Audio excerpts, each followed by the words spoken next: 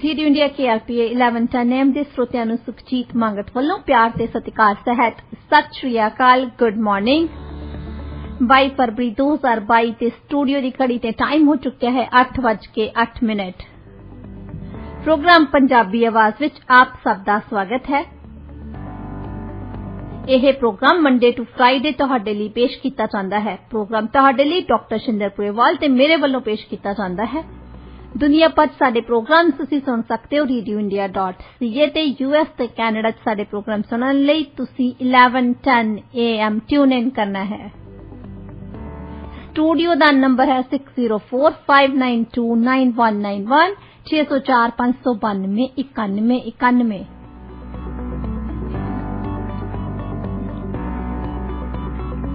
पुरेवाल जी good morning. Good morning जी। खबरां दी शुरुआत करदे हां ते सब तो पहली जिहड़ी खबर आई आ ਉਹ है जी डेविड ईबी ने हाउसिंग परमिट बारे एक स्टेटमेंट दित्ती आ। डेविड ईबी जो कि अटॉर्नी जनरल भी हैं, उन्होंने कहा कि सरकार इस फॉल विच कानून और रेगूलेटरी तब्दीलियां नूं पेश करन ते विचार कर रही है, जो कि स्थानक सरकारां दे हत्थों हाउसिंग परमिट अप्रूवल लैण दा अंतिम फैसला लैण दा अधिकार लै सकती है, यानी कि सिटीज़ तो पावर्स खुस सकदियां ने। ये वैसे तो हर एक सिटी दे विच ये गलबात हो गई है कि लोकां नूं हाउसिंग दी ज़्यादा लोड़ पैंदी है और इन्हां वल्लों परमिट दिते नहीं जांदे, काफ़ी देर लाई जांदी है उहनूं ते नवें हाउसिंग जिहड़े मार्केट दे विच नहीं आउंदे। ये हर एक सिटी ते लोकां नूं डिवेलपर्स नूं ये प्रॉब्लम है। ते हुण दूसरी गल ये है कि जिहड़ियां सिटीज़ आ वो समझण वाली गल है कि जिहड़ियां साडे संविधान दे विच पावर्स ने वो सिर्फ ते सिर्फ सूबे दी सरकार ते फैडरल सरकार दे कोल है। सिटीज़ नूं वो जिहड़े अधिकार खेतर दिते गए ने वो सूबे दी सरकार ने अपने कोलों दिते आ। वो जदों मर्जी जिद्दां असीं बच्चिआं नूं दिंदे ने अधिकार वी तूं कार लै जा कर, तूं आ कर लिया कर जी, वो असीं वापस भी लै लैंदे कई वारी। जे हुण हरेक वारी कार किसे दे ठोकिया वे असीं उस बच्चे नूं कहंदे चाबियां रख इत्थे, तूं नहीं चलाउणी कार जी। सो ये सूबे दी सरकार ने इस तरह इन्हां नूं म्यूनिसिपैलिटी नूं कीता है। उन्हां नूं लगा इह आ कि जिस रफ्तार दे नाल परमिट मिलने चाहिए आ उस रफ्तार दे नाल परमिट नहीं मिल रहे, काफ़ी ज़्यादा डिले हो रही है। हुण पिछले कुछ समय दे विच 3 गल्लां नोटिस दे विच आईयां। पहली गल तां जिहड़े इन्हां दी आमदनी बहुत वध रही है क्योंकि घरां दी प्राइस वध गई जी, उहदा करके टैक्सेस वध गए जी। सो म्यूनिसिपैलिटीज़ बड़ियां खुश ने जी, उन्हां कोल पैसा है, उन्हां दे कोल पैसा है। दूसरी गल है कि रेगूलेशन इन्हां ने वधाई ही जांदे आ। जिद्दां मैं तुहाडे नाल गल कीती सी बई उच्ची अड्डी वाली जुत्ती पाउणी भी ठीक नहीं है जी बिल्कुल। आस्ट्रेलिया दे एक अखबार ने बड़ी दिलचस्प खबर लिखी सी। वो कहंदे कि साडे रेगूलेशन इन्ने वध गए ने कि एक बल्ब चेंज करन लई 6 बंदे चाहिदे आ। तुसीं हैरान है, एक बंदा जिहने बल्ब चेंज करना है, बाकी 5 दा की काम होगा जी। एक बंदा जिहड़ा जिहने मेन स्विच ऑफ करना जाके उन्हें स्विच बोर्ड कोल जाके खड़ जाना, उन्हें जाके उत्थे भी बंद करता, उन्हें उत्थे ही खड़ा रहना, देखना है भी इहनूं ऑन ना कर देवे कोई। ते 2 बंदे जिहड़ी स्टेप लैडर नूं फड़ लई, एक खब्बे खड़ा एक सज्जे खड़ा, भी एक बंदा नहीं फड़ सकदा, 2 बंदे फड़ने जाने। एक बंदा उन्हां नूं 5 बंदिआं नूं सुपरवाइज करूगा। ओके ठीक आ भी, तो 6 बंदे हो गए, 6 बंदे। हाँ जी, वो कहंदे ये रेगूलेशनस इदां हो गए साडे कि गला घुट तुसीं इत्थे सरी च रहने आ जां वैनकूवर रहने आ, रिचमंड रहने आ, तुसीं आम देखिआ होना म्यूनिसिपल एम्पलॉइज आउंदे ने, 6 बंदे 5 बंदे खड़े हुंदे, एक बंदा थोड़ी जी बजरी पा रिहा। वो बंदे हैरान हुंदे भी करदे की है, जिवें तुसीं हुणे दस के ते हटे हो कि किसे बल्ब चेंज। इन्हां दे रेगूलेशन ही इदां बनाए है। ते रेगूलेशन एक साडे प्रधान मंत्री होए है, उन्होंने अपने कैबिनेट मंत्रियों नूं एक बार कहा कि जे सानू रेगूलेशन तो बनाने पैंदे, जदों तुसीं कानून बनाने आ उस तो बाद उहनूं लागू करना हुंदा, रेगूलेशन तो बनाने ही पैंदे, हर एक नूं बनाने पैंदे जी। वो कहंदे कि जदों भी तुसीं एक नवां रेगूलेशन बनाउणा होया तां नाल दी नाल पुराने 2 रेगूलेशन जिहड़े हटाउण लई भी सोचा करो। ਬਿਲਕੁਲ ਸਹੀ। ਉਹਨਾਂ 2 ਰੈਗੂਲੇਸ਼ਨ ਨੂੰ ਖਤਮ ਕਰੋਗੇ ਤਾਂ ਮੈਂ ਨਵਾਂ ਬਣਾਉਣ ਦੇਣਾ, ਨਹੀਂ ਤਾਂ ਮੈਂ ਤੁਹਾਨੂੰ ਨਵਾਂ ਰੈਗੂਲੇਸ਼ਨ ਨਹੀਂ ਬਣਾਉਣ ਦੇਣਾ। ਬਿਲਕੁਲ ਠੀਕ ਆ ਇਹ ਗੱਲ। ਵੈਸੇ ਤੁਸੀਂ ਦੇਖ ਰਹੇ ਹੋ ਇੱਥੇ ਇਹਨਾਂ ਨੇ ਪੁਰਾਣਿਆਂ ਬਾਰੇ ਤਾਂ ਕਦੇ ਸੋਚਿਆ ਹੀ ਨਹੀਂ। ਪੁਰਾਣੇ ਤਾਂ ਉਦਾਂ ਰਹਿੰਦੇ ਹੀ ਹੈਗੇ ਆ ਤੇ ਉਹਦੇ ਵਿੱਚ ਐਡ ਨਵੇਂ ਤੇ ਨਵੇਂ ਰੈਗੂਲੇਸ਼ਨ ਤੇ ਰੈਗੂਲੇਸ਼ਨ। ਹੁਣ ਜਿਹੜੇ ਬੰਦੇ ਘਰ ਬਣਾਉਂਦੇ ਆ ਉਹਨਾਂ ਨੂੰ ਪਤਾ ਹੋਣਾ ਕਿ ਅਸੀਂ ਅੱਗੇ ਆਹ ਕੰਮ ਕਰਦੇ ਸੀ, ਹੁਣ 3600 ਹੋਰ ਨਾਲ ਕਰਨਾ ਪੈਂਦਾ ਤੇ ਫਾਈਨਲੀ ਫਿਰ ਟਾਈਮ ਲੱਗਦਾ, ਕਿਉਂਕਿ ਜਿਹੜਾ ਟਾਈਮ ਆ ਉਹ ਵੀ ਵਧਿਆ, ਰੈਗੂਲੇਸ਼ਨ ਵੀ ਵਧੇ ਆ, ਟੈਕਸਸ ਵੀ ਸਾਡੇ ਵਧੇ ਆ। ਸੋ ਇਹ ਇੱਕ ਚੰਗਾ ਕਦਮ ਆ।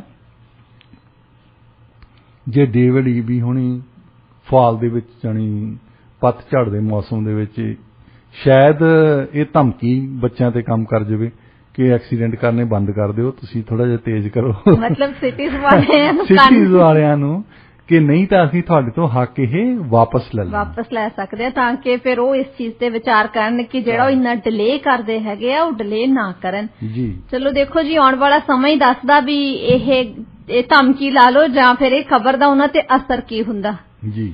ਰੁੱਖ ਕਰਦੇ ਅਗਲੀ ਖਬਰ ਵੱਲ। ਕੈਨੇਡਾ ਵਿੱਚ ਜਿਹੜੀ ਮਹਿੰਗਾਈ ਆ ਨਾ ਦਿਨ ਪ੍ਰਤੀ ਦਿਨ ਵੱਧਦੀ ਰਹੀ ਆ। ਇਨਫਲੇਸ਼ਨ ਰੇਟ ਜੋ ਆ ਅੱਪ ਜਾ ਰਿਹਾ, ਪਰ ਇਹਦੇ ਨਾਲ ਵੇਜਿਸ ਜਿਹੜੀਆਂ ਨੇ ਉਹ ਲੋ ਆ। ਕੁਝ ਇਕਨੋਮਿਸਟ ਹੁਣ 60 ਪਿੱਛੇ ਜਿਹਾ ਸਰਵੇ ਕੀਤਾ ਇਹਨਾਂ ਨੇ, 60% ਕੈਨੇਡੀਅਨ ਜਿਹਨੂੰ ਅਸੀਂ ਅਮੀਰ ਮੁਲਕ ਕਹਿੰਦੇ, 60% ਕੈਨੇਡੀਅਨ ਇਹ ਕਹਿ ਰਿਹਾ ਕਿ ਸਾਡੇ ਤੋਂ ਗਰੋਸਰੀ ਅਫੋਰਡ ਨਹੀਂ ਹੁੰਦੀ ਜੀ। ਮਤਲਬ ਬੇਸਿਕ ਚੀਜ਼ ਤਾਂ ਲੋਕਾਂ ਨੂੰ 3 ਚੀਜ਼ਾਂ ਚਾਹੀਦੀਆਂ ਹੁੰਦੀਆਂ, ਖਾਣਾ, ਪਹਿਨਣਾ ਤੇ ਰਹਿਣਾ ਜੀ, ਕੁੱਲੀ ਗੁੱਲੀ ਤੇ ਜੁੱਲੀ। ਐਗਜ਼ੈਕਟਲੀ। ਤੇ ਉਹਨਾਂ ਦੇ ਵਿੱਚੋਂ ਜੇ ਬੰਦੇ ਤੁਸੀਂ ਜਾ ਕੇ ਗਰੋਸਰੀ ਦੇ ਵਿੱਚ ਗਰੋਸਰੀ ਸਟੋਰ 'ਚ ਖੜ ਕੇ ਦੇਖ ਲਓ, ਹੁਣ ਉਹ ਚੀਜ਼ਾਂ ਤੁਸੀਂ $100 ਦੀ ਚੀਜ਼ ਲੈਂਦੇ ਆਪਣੇ ਹੱਥ 'ਚ ਹੀ ਫੜ ਕੇ ਲੈ ਆਉਂਦੇ ਜੀ। ਕੋਈ ਜ਼ਮਾਨਾ ਹੁੰਦਾ ਸੀ $30-35 ਦੀ ਹਫ਼ਤੇ ਦੀ ਗਰੋਸਰੀ ਆਉਂਦੀ ਹੁੰਦੀ ਸੀ। ਜਦੋਂ ਅਸੀਂ ਇੱਥੇ ਆਏ ਆ $10 ਹੁੰਦੇ ਸੀ। ਮੈਂ ਪਹਿਲੀ ਵਾਰ ਜਦੋਂ ਕੰਮ ਕੀਤਾ $10 ਮਿਨੀਮਮ ਵੇਜ ਹੁੰਦੀ ਸੀ ਉਦੋਂ, ਤੇ ਉਹ $3 ਦੇ ਨਾਲ ਕੁਛ ਨਾ ਕੁਛ ਆ ਜਾਂਦਾ ਸੀ, ਕਿਉਂਕਿ 50,000 ਦਾ ਘਰ ਸੀ ਉਹ, ਇੱਕ ਨਵਾਂ ਘਰ ਜਿਹੜਾ 50,000 ਦਾ 60 ਬਾਈ 120 ਸਟੈਂਡਰਡ ਲੋਟ ਜਿਹਨੂੰ ਗਿਣਿਆ ਜਾਂਦਾ ਸੀ ਸਰੀ ਦੇ ਵਿੱਚ। ਹੁਣ ਜਿਹੜੀ ਉਦਾਂ ਦੀ ਲਾਟ ਲੈਣੀ ਹੋਵੇ ਉਹ ਤੁਹਾਨੂੰ $2 ਮਿਲੀਅਨ ਦੀ ਮਿਲਦੀ ਹੈ ਜੀ। ਹੁਣ ਤਾਂ ਮਿਨੀਮਮ ਵੇਜ ਤਾਂ ਕਿੰਨੀ ਹੋਈ ਹੈ? $15 ਹੋਈ ਹੈ ਜੀ। ਤਿੰਨਾਂ ਤੋਂ ਵੱਧ ਕੇ $15 ਤੇ ਉਹ 50,000 ਤੋਂ ਵੱਧ ਕੇ $2 ਮਿਲੀਅਨ। ਉਹ 40% ਵੱਧ ਗਿਆ ਜੀ, ਤੇ ਇਹ 5% ਵਧੀ ਜੀ। ਤੁਸੀਂ ਸੋਚ ਲਓ ਕਿ ਫਿਰ ਜਿਹੜਾ ਆਮ ਆਦਮੀ ਆ ਜਿਹੜਾ ਕੰਮ ਕਰਦਾ ਆ, ਜੇ ਉਹਦੀ ਵੇਜ ਨਹੀਂ ਨਾਲ ਤਰੀਕੇ ਨਾਲ ਵੱਧ ਰਹੀ ਤਾਂ ਉਹਦਾ ਕਿੱਦਾਂ ਗੁਜ਼ਾਰਾ ਹੋਊਗਾ? ਇਸ ਗੱਲ ਬਾਰੇ ਕੁਝ ਇਕਨੋਮਿਸਟ ਕਾਫੀ ਚਿੰਤਤ ਹੈ ਜੀ। ਕੁਝ ਇਕਨੋਮਿਸਟ ਦਾ ਕਹਿਣਾ ਵੀ ਜਿਹੜਾ ਇਨਫਲੇਸ਼ਨ ਰੇਟ ਹੈਗਾ ਨਾ ਇਹ ਆਉਣ ਵਾਲੇ ਕੁਝ ਸਮੇਂ ਤੱਕ ਅੱਪ ਜਾਂਦਾ ਹੀ ਰਹੂਗਾ, ਪਰ ਇਹਦੇ ਨਾਲ ਕੈਨੇਡੀਅਨਸ ਦੀ ਜਿਹੜੀ ਹਾਲਤ ਉਹ ਬਹੁਤ ਜ਼ਿਆਦਾ ਮਾੜੀ ਹੋਣ ਵਾਲੀ ਆ, ਕਿਉਂਕਿ ਕੁਝ ਲੋਕ ਨਾ 2-2 ਜੌਬਸ ਕਰਦੇ ਨੇ। 2-2 ਜੌਬਸ ਕਰਨ ਤੋਂ ਬਾਅਦ ਵੀ ਉਹਨਾਂ ਦੇ ਘਰ ਦਾ ਗੁਜ਼ਾਰਾ ਨਹੀਂ ਹੁੰਦਾ। ਗੱਲ ਫੇਰ ਉੱਥੇ ਹੀ ਆ ਕੇ ਹੋ ਜਾਂਦੀ ਹੈ ਕਿ ਜਿਹੜਾ ਵੇਜ ਰੇਟ ਹੈ ਇਟਸ ਨਾਟ ਗੋਇੰਗ ਅਪ ਹੈ ਨਾ, only inflation is going up. So ਇਹਦੇ ਤੇ ਕਾਫੀ ਜ਼ਿਆਦਾ ਚਿੰਤਾ ਪ੍ਰਗਟ ਕੀਤੀ ਜਾ ਰਹੀ ਹੈ, ਜਿਵੇਂ ਤੁਸੀਂ ਦੱਸਿਆ ਕਿ ਹੁਣ ਪਹਿਲਾਂ ਕਹਿੰਦੇ ਹੁੰਦੇ ਸੀ ਅਮਰੀਕਨ ਡ੍ਰੀਮ ਹੁੰਦਾ ਸੀ, ਜਿੱਦਾਂ 50s ਦੀਆਂ ਤੁਸੀਂ ਦੇਖਦੇ ਨਾ ਫਿਲਮਾਂ ਜੀ ਜੀ ਜਾਂ ਉਹਨਾਂ ਦੇ ਸ਼ੋਜ਼ ਦੇਖਦੇ ਆ। ਅਮਰੀਕਨ ਡ੍ਰੀਮ ਕੀ ਹੁੰਦਾ ਸੀ ਕਿ ਬੰਦਾ ਕੰਮ ਕਰਦਾ ਆ ਤੇ ਵਾਈਫ ਨੇ 2 ਜਾਂ 3 ਬੱਚੇ ਸਾਂਭਦੀ ਆ ਘਰ 'ਚ, ਉਹਨਾਂ ਤੋਂ ਘਰ ਆ, ਉਹਨਾਂ ਤੋਂ ਕਾਰ ਹੈ। ਇਹ ਅਮਰੀਕਨ ਡ੍ਰੀਮ ਸੀ ਜੀ। ਉਸ ਤੋਂ ਬਾਅਦ ਡ੍ਰੀਮ ਤੇ ਹੋਰ ਇਨਫਲੇਸ਼ਨ ਆ ਗਿਆ। ਹੁਣ 2 ਜਣੇ ਜੀ ਕੰਮ ਕਰਦੇ ਆ ਤੇ ਉਹਨਾਂ ਨੇ ਪ੍ਰੈਸ਼ਰ ਪਾਉਣਾ ਸ਼ੁਰੂ ਕਰਤਾ ਕਿ ਬੇਬੀ ਸਿਟਿੰਗ ਲਈ ਸਾਨੂੰ ਅਲਾਉਂਸ ਦਿਆ ਕਰੋ। ਕਈ ਸੂਬਿਆਂ ਨੇ ਕੀਤਾ ਵੀ ਹੈ, ਕਿਊਬੈਕ ਦੇ ਵਿੱਚ $10 ਨੂੰ ਤੁਹਾਨੂੰ ਬੇਬੀ ਸਿਟਰ ਮਿਲਦੀ ਹੈ, ਬਾਕੀ ਸਬਸਿਡਾਈਜ਼ ਕਰਦੀ ਹੈ ਸਰਕਾਰ। ਹੁਣ 2 ਜਾਣੇ ਵੀ ਜੇ ਕੰਮ ਕਰਦੇ ਆ ਉਹਨਾਂ ਦਾ ਗੁਜ਼ਾਰਾ ਨਹੀਂ ਹੁੰਦਾ ਜੀ। 8-8 ਘੰਟੇ ਕੰਮ ਕਰਕੇ ਆ ਜਾਣ ਘਰ ਤਾਂ ਉਹਨਾਂ ਤੋਂ ਘਰ ਨਹੀਂ ਲੈ ਹੋਣਾ ਨਹੀਂ, ਬਿਲਕੁਲ। ਹੁਣ 2 ਜਾਣੇ ਡਬਲ ਸ਼ਿਫਟਾਂ ਕਰਦੇ ਆ ਜੀ। ਕੋਈ ਬੱਚਿਆਂ ਦੀ ਪਰਵਾਹ ਨਹੀਂ ਹੈ। ਬੱਚੇ ਜੇ ਮਾਂ-ਬਾਪ ਨੂੰ ਇੱਥੇ ਸੱਦਣ ਦਾ ਪ੍ਰੈਸ਼ਰ ਪੈਂਦਾ ਆ, ਇਹ ਨਹੀਂ ਹੈ ਵੀ ਬਹੁਤਿਆਂ ਬੰਦਿਆਂ ਨੂੰ ਪਿਆਰ ਹੋ ਗਿਆ ਉਹਨਾਂ ਨੂੰ ਬਹੁਤ ਜ਼ਿਆਦਾ। ਬਹੁਤਿਆਂ ਜ਼ਿਆਦਿਆਂ ਨੂੰ ਤਾਂ ਇਹ ਲੱਗਦਾ ਕਿ ਬੱਚੇ ਸਾਂਭਣ ਨੂੰ ਹੈ ਹੀ ਨਹੀਂ ਕੋਈ ਜੀ, ਕਿ ਬੱਚੇ ਸਾਂਭਣ ਨੂੰ ਸਾਨੂੰ ਬੇਬੀ ਸਿਟਿੰਗ ਨੂੰ ਇੱਥੇ ਪੈਸੇ ਦੇਣੇ ਪੈਂਦੇ ਆ। ਘੱਟੋ ਘੱਟ $15 ਦੇਵੋਗੇ। ਜੇ ਤੁਸੀਂ $15 ਲੈਂਦੇ ਆ ਤਾਂ $15 ਉਹਨੂੰ ਦਿੰਦੇ ਆ ਤਾਂ ਫਿਰ ਤਾਂ ਕੋਈ ਫਾਇਦਾ ਨਹੀਂ, ਕੋਈ ਫਾਇਦਾ ਨਹੀਂ, ਫਿਰ ਤਾਂ ਬਾਹਰ 8 ਘੰਟੇ ਲਾਉਣ ਦਾ। ਫਿਰ ਤਾਂ ਬਾਅਦ ਇਸ ਕਰਕੇ ਇਨਫਲੇਸ਼ਨ ਜਿਹੜੀ ਵਧੀ ਜਾਂਦੀ ਹੈ, ਵੇਜਸ ਨਹੀਂ ਵਧਦੀਆਂ ਔਰ ਪ੍ਰੈਸ਼ਰ ਪੈ ਰਿਹਾ। ਔਰ ਕਿਸੇ ਦਿਨ ਦੇ ਵਿੱਚ ਤੁਸੀਂ ਦੇਖਿਓ, ਇੱਕ ਜ਼ਮਾਨੇ ਦੇ ਵਿੱਚ ਵਰਲਡ ਵਾਰ 1 ਦੇ ਵਿੱਚ, ਉਹਦੀ ਵਰਲਡ ਵਾਰ 1 ਦੇ ਐਂਡ ਤੇ ਅਰਜਨਟੀਨਾ ਤੇ ਕੈਨੇਡਾ ਦਾ GDP ਬਰਾਬਰ ਹੀ ਹੁੰਦਾ ਸੀ। ਸਾਡੀ ਪਰ ਕੈਪੀਟਾ ਜਿਹੜੀ ਸੀ, ਪ੍ਰਤੀ ਵਿਅਕਤੀ ਆਮਦਨੀ ਸੀ, ਸਾਡੀ ਬਰਾਬਰ ਸੀ। ਐਸਾ ਹਾਲਾਤ ਐਸੇ ਹੋਏ ਆ ਕਿ ਹੁਣ ਅਰਜਨਟੀਨਾ ਤੋਂ ਲੋਕੀ ਨੱਠਦੇ ਆ ਬਾਹਰ ਨੂੰ। ਪਹਿਲਾਂ ਆਪਣੇ ਬੰਦੇ ਵੀ ਅਰਜਨਟੀਨਾ 'ਚ ਗਏ ਸੀ, ਉੱਥੇ ਗਦਰੀ ਬਾਬਿਆਂ ਦੀ ਮੂਵਮੈਂਟ ਵੀ ਹੁੰਦੀ ਸੀ। ਹੁਣ ਉਹ ਬਾਹਰ ਨੂੰ ਨੱਠਦੇ ਆ। ਕਿਸੇ ਜ਼ਮਾਨੇ 'ਚ ਇੱਥੋਂ ਵੀ ਨੱਠਣ ਲੱਗ ਪਣੇ ਜੇ ਇਦਾਂ ਰਿਹਾ ਜੀ। ਜੇ ਹਾਲਾਤ ਇਦਾਂ ਦੇ ਰਹੇ ਤਾਂ ਬਿਕਾਜ਼ ਲੋਕ ਤਾਂ ਹੁਣ ਵੀ ਮਹਿੰਗਾਈ ਕਰਕੇ ਤਰਾ ਕਰ ਰਹੇ ਨੇ ਜੀ। ਤੇ ਰੁਖ ਕਰਦੇ ਹਾਂ ਅਗਲੀ ਖਬਰ ਵੱਲ। ਇਸ ਦਾ ਸਬੰਧ ਹੈ ਜੀ ਓਰੇਗਨ ਤੇ ਵਾਸ਼ਿੰਗਟਨ ਸਟੇਟ ਦੇ ਨਾਲ। ਕੋਲੰਬੀਆ ਨਦੀ ਦੇ ਉੱਪਰ ਇੰਟਰਸਟੇਟ 5 ਕ੍ਰਾਸਿੰਗ ਪਿਛਲੇ ਹਫ਼ਤੇ 105 ਸਾਲ ਪੁਰਾਣੀ ਹੋ ਗਈ ਆ। ਕਈ ਸਾਲਾਂ ਤੋਂ ਇੰਟਰਸਟੇਟ ਬ੍ਰਿਜ ਨੂੰ ਬਦਲਣ ਦੀ ਗੱਲ ਤਾਂ ਚੱਲ ਰਹੀ ਆ, ਪਰ ਓਰੇਗਨ ਅਤੇ ਵਾਸ਼ਿੰਗਟਨ ਵਿਚਕਾਰ ਪਿਛਲੀਆਂ ਜਿਹੜੀਆਂ ਕੋਸ਼ਿਸ਼ਾਂ ਨੇ ਅਸਫਲ ਰਹੀਆਂ ਨੇ ਤੇ ਪਿਛਲੇ ਕੁਝ ਸਾਲਾਂ ਵਿੱਚ ਇਸ ਨੂੰ ਅੱਗੇ ਵਧਾਉਣ ਲਈ ਨਵੇਂ ਯਤਨ ਵੀ ਕੀਤੇ ਗਏ ਨੇ। ਵਾਸ਼ਿੰਗਟਨ ਵਿੱਚ ਪੂਰੇ ਰਾਜ ਲਈ $16 ਬਿਲੀਅਨ ਇਨਫਰਾਸਟ੍ਰਕਚਰ ਪੈਕੇਜ ਵਿੱਚ ਹੁਣ ਇੰਟਰਸਟੇਟ ਬ੍ਰਿਜ ਲਈ $1 ਬਿਲੀਅਨ ਸ਼ਾਮਲ ਕੀਤੇ ਜਾਣ ਦੀ ਉਮੀਦ ਆ। ਵੈਸੇ ਆਮ ਤੌਰ ਤੇ ਨਾ ਜਦੋਂ ਵੋਟਾਂ ਦਾ ਸਮਾਂ ਨਹੀਂ ਹੁੰਦਾ, ਇਲੈਕਸ਼ਨਸ ਆਉਣ ਵਾਲੀਆਂ ਹੁੰਦੀਆਂ ਨੇ, ਜਿਹੜੇ ਫਿਰ ਸਾਰੇ ਪ੍ਰੋਜੈਕਟਸ ਹੁੰਦੇ ਨੇ ਉਹਨਾਂ ਬਾਰੇ ਲੋਕਾਂ ਨੂੰ ਇੱਕ ਬੜੀ ਸੋਹਣੀ ਜੀ ਪਿਕਚਰ ਦਿਖਾ ਦਿੱਤੀ ਜਾਂਦੀ ਹੈ ਨਾ। ਬਸ ਕਿਉਂਕਿ ਐਤਕੀ ਇਹਨਾਂ ਦੀਆਂ ਇਲੈਕਸ਼ਨਸ ਆਉਣੀਆਂ, ਹਰੇਕ 2 ਸਾਲਾਂ ਬਾਅਦ ਵਾਸ਼ਿੰਗਟਨ ਸਟੇਟ ਦੇ ਵਿੱਚ ਵੀ ਇਲੈਕਸ਼ਨਸ ਹੁੰਦੀਆਂ ਜੀ। ਸਾਰੇ ਦੇ ਸਾਰੇ ਹਾਊਸ ਆਫ ਰੈਪਸ ਦੇ ਜਿਹੜੇ ਮੈਂਬਰਸ ਆ, ਜਿਹੜਾ ਉਹਨਾਂ ਦਾ ਥੱਲੇ ਵਾਲਾ ਹਾਊਸ ਜਾਂ ਲੋਅਰ ਹਾਊਸ ਕਹਿੰਦੇ ਆ, ਸਾਰੇ 98 ਦੇ 98 ਮੈਂਬਰ, ਉਹਨਾਂ ਦੀ ਜਿਹੜੀ ਮੈਂਬਰਸ਼ਿਪ ਐਕਸਪਾਇਰ ਹੋ ਜਾਣੀ, ਉਹਨਾਂ ਦੀ ਇਲੈਕਸ਼ਨ ਹੈ। ਤੇ ਫਿਰ ਉਹਨਾਂ ਦੀ ਸੈਨੇਟ ਦੀ ਅੱਧੀ ਸੈਨੇਟ ਦੀ ਇਲੈਕਸ਼ਨ ਹੈ, ਕਿਉਂਕਿ ਸੈਨੇਟ 4 ਸਾਲ ਚੱਲਦੀ ਹੈ ਉੱਥੇ ਜੀ। ਉਹਨਾਂ ਦੀ ਵੀ ਇਲੈਕਸ਼ਨ, ਅੱਧਿਆਂ ਦੀ ਉਹਨਾਂ ਦੀ ਇਲੈਕਸ਼ਨ ਹੈ। ਤਾਂ ਉਹ ਲਈ ਕੁਛ ਨਾ ਕੁਛ ਤਾਂ ਕਰਨਾ ਹੀ ਹੈ। ਹੁਣ ਕੋਲੰਬੀਆ ਰਿਵਰ ਜਿਹੜਾ ਉਹ ਉੱਤਰੀ ਅਮਰੀਕਾ ਦਾ ਚੌਥਾ ਵੱਡਾ ਰਿਵਰ ਹੈ, ਬਹੁਤ ਵੱਡਾ ਰਿਵਰ ਹੈ ਜੀ। ਜਿੱਥੇ ਇਹਨਾਂ ਨੇ ਬ੍ਰਿਜ ਬਣਾਉਣਾ, ਜੇ ਤੁਸੀਂ I-5 ਤੇ ਜਾਂਦੇ ਆ ਤੇ ਵਾਸ਼ਿੰਗਟਨ ਸਟੇਟ ਤੇ ਓਰੇਗਨ ਸਟੇਟ ਦਾ ਸ਼ੁਰੂ ਹੁੰਦਾ, ਵਾਸ਼ਿੰਗਟਨ ਸਟੇਟ ਖਤਮ ਹੁੰਦੀ ਹੈ ਉੱਥੇ। ਤਾਂ ਉਹ ਬ੍ਰਿਜ ਬਣਦਾ। ਪਹਿਲੀ ਵਾਰੀ ਇਹ ਬ੍ਰਿਜ 1917 ਦੇ ਵਿੱਚ ਖੁੱਲਿਆ ਸੀ। ਉਦੋਂ ਪਹਿਲਾਂ ਟੋਲ ਲਾਏ ਸੀ ਕਿਉਂਕਿ ਪ੍ਰਾਈਵੇਟ ਕੰਪਨੀ ਨੇ ਬਣਾਇਆ ਸੀ, ਤੇ ਉਹ ਟੋਲ 12 ਸਾਲ ਚੱਲਿਆ। ਉਸ ਤੋਂ ਬਾਅਦ ਇਹ ਐਕਸਟੈਂਸ਼ਨ ਹੋਈ ਇੱਕ ਵਾਰ 1960 ਦੇ ਵਿੱਚ, ਫਿਰ ਟੋਲ ਲਾਤਾ। ਉਦੋਂ ਉਹ ਟੋਲ 10 ਸਾਲ ਚੱਲਿਆ, ਉਹਨਾਂ ਦੇ ਪੈਸੇ ਪੂਰੇ ਹੋਏ ਤੇ ਖਤਮ ਕੀਤਾ। ਹੁਣ ਕੀ ਇਹ ਟੋਲ ਲਾਉਣਗੇ?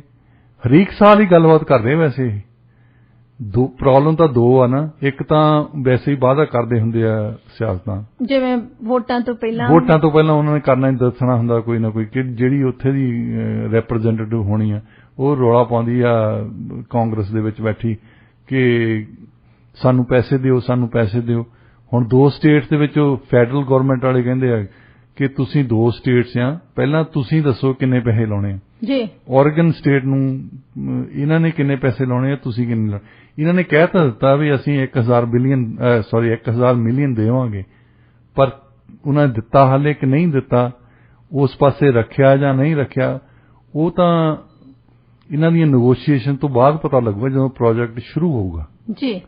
ਤੇ ਜੇ ਉਹ ਸ਼ੁਰੂ ਕਰਾਤਾ ਤਾਂ ਫਿਰ ਜਿਹੜੇ I-5 ਤੇ ਲੋਕੀ ਜਾਂਦੇ ਉਹਨਾਂ ਨੂੰ ਦਿੱਕਤ ਵੀ ਆਉਣੀ ਆ। ਟਰੱਕਰ ਬਹੁਤ ਜਾਂਦੇ ਨੇ ਉੱਥੇ, ਕਿਉਂਕਿ ਇੱਕ ਪਾਸਾ ਪਹਿਲਾਂ ਬੰਦ ਕਰਨਗੇ, ਉਹਨੂੰ ਰਿਪਲੇਸ ਕਰਕੇ ਫਿਰ ਦੂਜਾ ਪਾਸਾ ਬੰਦ ਕਰਨਗੇ। ਇਹ ਕਾਫੀ ਲੰਬਾ ਪ੍ਰੋਜੈਕਟ ਹੈਗਾ ਜੀ। ਉਹੀ ਕਿ ਇਲੈਕਸ਼ਨ ਤੋਂ ਪਹਿਲਾਂ ਵਾਲੀ ਗੱਲ ਹੈਗੀ ਆ ਕਿ ਵਾਅਦੇ ਕੀਤੇ ਜਾਂਦੇ ਤੇ ਉਹਨਾਂ ਨੂੰ ਪੂਰੇ ਕਿੰਨਾ ਕੀਤਾ ਜਾਂਦਾ, ਅੱਗੇ ਜਾ ਕੇ ਕੀ ਹੁੰਦਾ ਇਹ ਤਾਂ ਫਿਰ ਸਮਾਂ ਹੀ ਦੱਸਦਾ। ਇਸ ਸਮੇਂ ਤੁਸੀਂ ਸੁਣ ਰਹੇ ਪ੍ਰੋਗਰਾਮ ਪੰਜਾਬੀ ਆਵਾਜ਼, ਸੁਖਜੀਤ ਮੰਗੜ ਤੇ ਡਾਕਟਰ ਸੁੰਦਰ ਪੁਰੇਵਾਲ ਦੇ ਨਾਲ। स्टूडियो का नंबर है 6045929191 6045929191। पुरेवाल जी हुण गल करदे हां बिल गेट्स दी पाकिस्तान फेरी बारे। ਇਹ ਜਿਹੜੀ ਫੇਰੀ ਇਹਦੇ ਨਾਲ ਕਾਫੀ ਜ਼ਿਆਦਾ ਸਟਰੋਂਗ ਮੈਸੇਜ ਗਿਆ। ਇਮਰਾਨ ਖਾਨ ਦੇ ਨਾਲ ਜਿਹੜੀ ਉਹਨਾਂ ਦੀ ਗੱਲਬਾਤ ਹੋਈ ਆ ਉਸ ਤੋਂ ਵੀ ਜ਼ਿਆਦਾ ਚਰਚਾ ਹੋਈ ਸੀ ਜਿਹੜਾ ਉਹਨਾਂ ਨੇ ਉਹਨਾਂ ਦੇ ਲਈ ਦੁਪਹਿਰ ਦਾ ਖਾਣਾ ਆਯੋਜਿਤ ਕੀਤਾ ਸੀਗਾ। ਇਹਦੇ ਬਾਰੇ ਕਾਫੀ ਜ਼ਿਆਦਾ ਗੱਲਬਾਤ ਹੋਈ ਆ ਤੇ ਗੇਟਸ ਨੂੰ ਉਹਨਾਂ ਨੇ ਪੋਲੀਓ ਦੇ ਖਾਤਮੇ ਤੇ ਕੋਵਿਡ-19 ਨਾਲ ਨਜਿੱਠਣ ਦੇ ਪਾਕਿਸਤਾਨ ਦੇ ਯਤਨਾਂ ਬਾਰੇ ਜਾਣੂ ਕਰਵਾਇਆ। ਹੁਣ ਜਿਹੜੀ ਸਭ ਤੋਂ ਜ਼ਿਆਦਾ ਗੱਲ ਸਾਹਮਣੇ ਆ ਰਹੀ ਸੀ ਉਹ ਇਹ ਸੀ ਕਿ ਔਰਤਾਂ ਨੇ ਜਿਹੜੀਆਂ ਉਹਨਾਂ ਨੂੰ ਇਸ ਦੇ ਵਿੱਚ ਇਨਵਾਈਟ ਨਹੀਂ ਕੀਤਾ ਗਿਆ ਜੀ। ਔਰਤਾਂ ਨੇ ਪੋਲੀਓ ਦੇ ਖਾਤਮੇ ਸੰਬੰਧੀ ਜਿਹੜੀ ਮੁਹਿੰਮ ਸੀ ਉਹਦੇ ਵਿੱਚ ਬਹੁਤ ਜ਼ਿਆਦਾ ਅਹਿਮ ਯੋਗਦਾਨ ਪਾਇਆ ਸੀ ਜੀ। ਔਰਤਾਂ ਪੋਲੀਓ ਟੀਕਾਕਰਨ ਪ੍ਰੋਗਰਾਮ ਦੀ ਰੀੜ੍ਹ ਦੀ ਹੱਡੀ ਰਹੀਆਂ ਅਤੇ ਬੱਚਿਆਂ ਨੂੰ ਟੀਕਾਕਰਨ ਕਰਨ ਵਾਲੇ ਫਰੰਟ ਲਾਈਨ ਕਰਮਚਾਰੀਆਂ ਦਾ 62% 62% ਸ਼ਾਮਲ ਆ ਜੀ। ਸੋ ਫਿਰ ਮਹਿਲਾ ਸਿਹਤ ਕਰਮਚਾਰੀਆਂ ਨੂੰ ਸੱਦਾ ਕਿਉਂ ਨਹੀਂ ਦਿੱਤਾ ਗਿਆ? ਦੇਖੋ ਇਹ ਕਲਚਰ ਬਣ ਗਿਆ ਨਾ ਉੱਥੇ। ਹੁਣ ਤੁਸੀਂ ਤਾਲਿਬਾਨ ਨਾਲ ਦੇਖ ਲਓ, ਉਹਨਾਂ ਨੇ ਇੱਕ ਵੀ ਔਰਤ ਵਜ਼ਾਰਤ ਦੇ ਵਿੱਚ ਨਹੀਂ। ਤੁਸੀਂ ਚਲੋ ਦਿਖਾਲਣ ਲਈ ਲੈ ਲਓ, ਜ਼ਰੂਰੀ ਤਾਂ ਨਹੀਂ ਵੀ ਔਰਤਾਂ ਦੇ ਹੱਕ ਦੇ ਵਿੱਚ ਹੋਣਾ, ਮਾੜਾ ਜਿਹਾ ਦਿਖਾਵਾ ਤਾਂ ਕਰੋ ਨਾ। ਅੱਜ ਕੱਲ੍ਹ ਦਿਖਾਵਾ ਜ਼ਿਆਦਾ ਚੱਲਣ ਲੱਗ ਪਿਆ। ਸੋ ਪਾਕਿਸਤਾਨ ਤੇ ਵੀ ਜਿਹੜਾ ਪੋਲੀਓ ਆ ਬਿਲ ਗੇਟਸ ਫਾਊਂਡੇਸ਼ਨ ਵੱਲੋਂ ਉਹਦੀ ਪੈਸੇ ਦਿੱਤੇ ਗਏ ਸੀ ਇਹਨਾਂ ਨੂੰ ਤੇ ਬਿਲ ਗੇਟਸ ਪਹਿਲੀ ਵਾਰ ਗਏ ਨੇ ਪਾਕਿਸਤਾਨ ਜੀ ਤੇ ਉਹਨਾਂ ਨੇ ਮੁਲਾਕਾਤ ਕੀਤੀ ਇਮਰਾਨ ਖਾਨ ਉਹਨਾਂ ਦੇ ਨਾਲ। ਇੱਥੇ ਇਸ਼ੂ ਆ ਜਾਂਦੀ ਹੈ ਜਿਹੜਾ ਪ੍ਰੋਟੋਕੋਲ ਆਫੀਸਰ ਹੈ ਉਹਨਾਂ ਦਾ, ਇਮਰਾਨ ਖਾਨ ਉਹਨਾਂ ਦਾ, ਉਹਨੇ ਕਦੇ ਸੋਚਿਆ ਹੀ ਨਹੀਂ ਹੋਣਾ ਵੀ ਇਹ ਜਿਹੜੀ ਤਸਵੀਰ ਆ ਦੁਨੀਆ ਭਰ 'ਚ ਜਾਣੀ ਹੈ, ਕਿਉਂਕਿ ਸਾਰੇ ਹੀ ਮਰਦ ਬੈਠੇ ਆ ਉੱਥੇ ਲੰਚ ਤੇ ਸਾਰੇ ਮਰਦ ਬੈਠੇ ਆ। ਉਹਨੇ ਇਹ ਪ੍ਰੋਟੋਕੋਲ ਆਫੀਸਰ ਦੀ ਗੱਲ ਬਣਦੀ ਹੈ ਕਿਉਂਕਿ ਇਮਰਾਨ ਖਾਨ ਨੂੰ ਤਾਂ ਪਤਾ ਨਹੀਂ ਕਿਹਨੂੰ ਸੱਦਿਆ ਹੈ ਕਿਹਨੂੰ ਨਹੀਂ ਸੱਦਿਆ ਹੈ ਜੀ, ਤੇ ਨਾ ਹੀ ਬਿਲ ਗੇਟਸ ਨੂੰ ਪਤਾ ਹੋਣਾ। ਇਹ ਤਾਂ ਉੱਥੇ ਜਾਣ ਵਾਲੇ ਇਹਨਾਂ ਨੂੰ ਦੱਸ ਦਿੱਤਾ ਹੋਣਾ ਵੀ ਅਸੀਂ ਆਰਗੇਨਾਈਜ਼ ਕਰ ਲਿਆ। ਪ੍ਰੋਟੋਕੋਲ ਆਫੀਸਰ ਦਾ ਕੰਮ ਹੈ ਕਿ ਉਹਦੇ ਵਿੱਚ ਕੀ ਖਾਣਾ, ਕੀ ਪੀਣਾ, ਕਦੋਂ ਬੈਠਣਾ, ਕਿੱਥੇ ਬੈਠਣਾ, ਇਹ ਸਾਰੀਆਂ ਡਿਟੇਲਸ ਉਹਨਾਂ ਨੇ ਪਹਿਲਾਂ ਹੀ ਕੀਤੀਆਂ ਹੁੰਦੀਆਂ ਕਿ ਕਿਹਨੂੰ ਸੱਦਣਾ ਕਿਹਨੂੰ ਨਹੀਂ ਸੱਦਣਾ। ਹਾਂ, ਔਰਤਾਂ ਦੀਆਂ ਜਥੇਬੰਦੀਆਂ ਹੁਣ ਕਹਿੰਦੀਆਂ ਜਿਵੇਂ ਤੁਸੀਂ ਦੱਸਿਆ ਕਿ 62% ਅਸੀਂ ਸੀ ਫਰੰਟ ਲਾਈਨ ਵਰਕਰਸ ਜਿਹੜੀਆਂ ਪੋਲੀਓ ਦੇ ਡ੍ਰੌਪਸ ਦਿੰਦੀਆਂ ਸੀ। ਔਰਤਾਂ ਦਾ ਜਿਹੜਾ ਯੋਗਦਾਨ ਹੈ ਕਾਫੀ ਜ਼ਿਆਦਾ ਅਹਿਮ ਰਿਹਾ ਕੰਮ ਕਰਨ ਦੇ ਵਿੱਚ ਫਰੰਟ ਲਾਈਨ ਤੇ ਉਸ ਤੋਂ ਬਾਅਦ ਉਹਨੂੰ ਇਗਨੋਰ ਕਰ ਦਿੱਤਾ ਗਿਆ। ਜਦੋਂ ਜਿੱਦਾਂ ਗੁਰੂ ਨਾਨਕ ਦੇਵ ਜੀ ਕਹਿੰਦੇ ਸੀ ਕਿ ਜੇ ਐਕਚੁਅਲੀ ਅਸੀਂ ਵੱਡਾ ਛੋਟਾ ਦੇਖਣਾ ਹੋਵੇ ਨਾ ਦੋਹਾਂ ਚੋਂ ਜੀ, ਔਰਤਾਂ ਚੋਂ ਮਰਦਾਂ ਚੋਂ, ਤੇ ਔਰਤ ਦੀ ਸਿਫਤ ਕੀਤੀ ਜਾ ਸਕਦੀ ਕਿਉਂਕਿ ਉਹ ਇੱਕ ਨਵੀਂ ਚੀਜ਼ ਨੂੰ ਜਨਮ ਦਿੰਦੀ ਹੈ ਜੀ। ਰੱਬ ਤੋਂ ਬਿਨਾ ਇੱਕ ਸਿਰਫ ਔਰਤ ਹੀ ਹੈ ਜਿਹੜੀ ਇੱਕ ਨਵੀਂ ਚੀਜ਼ ਨੂੰ ਜਨਮ ਦਿੰਦੀ ਹੈ ਜੀ, ਮਰਦ ਨਹੀਂ ਦਿੰਦਾ। ਤੇ ਇਸ ਕਰਕੇ ਥੋੜੀ ਜਿਹੀ ਸਤਿਕਾਰ ਜਿਹੜੇ ਆ ਜ਼ਿਆਦਾ ਕੀਤਾ ਜਾਣਾ ਚਾਹੀਦਾ। ਤੇ ਉੱਥੇ ਕੋਈ ਮਰਦ ਇਦਾਂ ਦਾ ਪ੍ਰੋਟੋਕੋਲ ਆਫੀਸਰ ਬੈਠਾ ਜਿਹਨੇ ਸੋਚਿਆ ਹੀ ਨਹੀਂ, ਇਹ ਦਿਮਾਗ 'ਚ ਹੀ ਨਹੀਂ ਆਇਆ ਕਦੇ ਵੀ ਇਹ ਵੀ ਇਮੇਜ ਵੀ ਕਮ ਸੇ ਕਮ ਇਮੇਜ ਹੀ ਰੱਖ ਲਓ। ਸੋ ਇਹਦੀ ਨੁਕਤਾਚੀਨੀ ਜਿਹੜੀ ਇਹ ਠੀਕ ਹੈ ਕਿ ਕਿਸੇ ਇੱਕ ਵਰਕਰ ਨੂੰ ਹੀ ਸੱਦ ਲੈਂਦੇ, ਉਹਨੂੰ ਬਿਠਾ ਲੈਂਦੇ ਵੀ ਚੱਲ ਤੈਨੂੰ ਅੱਜ ਕਬਾਬ ਖਿਲਾ ਦਿੰਦੇ।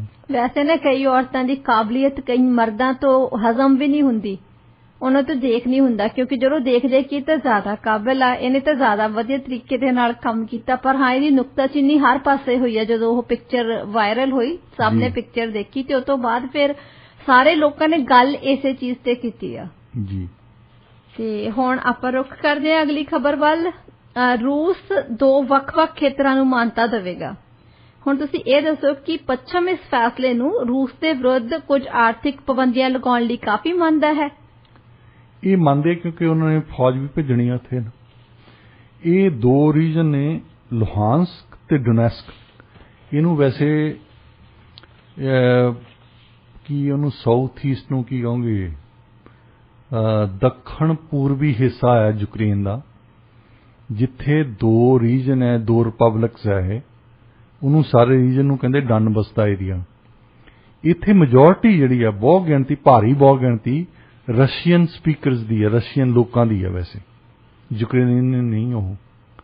ਤਾਂ ਉਹਨਾਂ ਨੇ 2014 ਦੇ ਵਿੱਚ ਇੱਕ ਵੱਖਵਾਦੀ ਮੂਵਮੈਂਟ ਚਲਾ ਲਈ ਸੀ। ਉਹਨਾਂ ਨੇ ਆਪਣੇ ਆਪ ਨੂੰ ਰਿਪਬਲਿਕ ਡਿਕਲੇਅਰ ਕਰ ਦਿੱਤਾ ਤੇ ਹੁਣ ਉਹਨਾਂ ਨੂੰ ਮਾਨਤਾ ਦੇਤੀ ਪਿਊਟਨ ਨੇ, ਪਹਿਲਾਂ ਨਹੀਂ ਦਿੱਤੀ ਕਿਉਂਕਿ ਪਿਊਟਨ ਦੀਆਂ ਵੀ ਇਲੈਕਸ਼ਨ ਆਉਣੀਆਂ ਨਾ 2024 ਦੇ ਵਿੱਚ ਜੀ। ਮਸਲਾ ਸਾਰਾ ਕੁਰਸੀ ਦਾ, ਸਾਰਾ ਇਲੈਕਸ਼ਨ ਦਾ। ਹੁਣ ਇਹ ਵੀ ਦਿਖਾਉਣਾ ਚਾਹੁੰਦਾ ਕਿ ਮੈਂ ਤਕੜਾ ਬੜਾ ਹਾਂ, ਮੈਂ ਲੋਹ ਪੁਰਸ਼ ਹਾਂ, ਉੱਥੇ ਮੇਰੇ ਨਾਲ ਦੇ ਰਸ਼ੀਅਨ ਨੂੰ ਕੀ ਹੋਇਆ। ਅੱਛਾ, ਜੇ ਯੂਕਰੇਨੀਅਨ ਦੀ ਤੁਸੀਂ ਬੈਕਗਰਾਉਂਡ ਯੂਕਰੇਨ ਦੀ ਦੇਖਦੇ ਆ ਯੂਕਰੇਨ ਕਦੇ ਵੀ ਇੱਕ ਮੁਲਕ ਨਹੀਂ ਸੀ ਇਤਿਹਾਸ ਦੇ ਵਿੱਚ।